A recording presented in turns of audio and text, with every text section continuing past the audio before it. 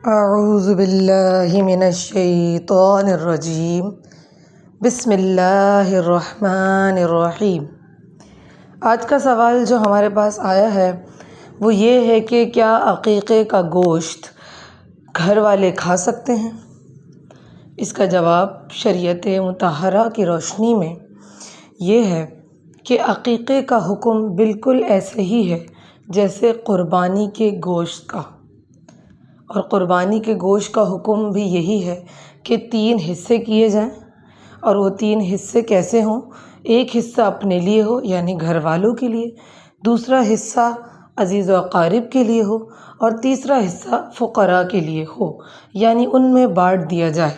یہی حکم عقیقے کے گوشت کا بھی ہے کہ اس کے 3 حصے کیے جائیں گے، اور اسی طرح ہر حصے کو الگ الگ کیا جائے گا۔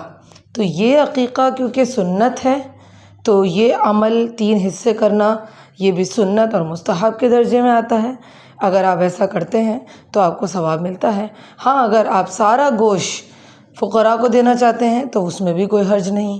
سارا گوشت آپ گھر پہ رکھنا چاہتے ہیں یا سارا گوشت آپ اپنے عزیز و اقارب میں بانٹنا چاہتے ہیں تو اس میں بھی کوئی حرج نہیں، لیکن میانہ روی کے اعتبار سے یہ بہتر ہے کہ 3 حصے کیے جائیں اور ان 3 حصوں کو الگ الگ طور پر رکھا جائے۔ وما علینا الا البلاغ المبین۔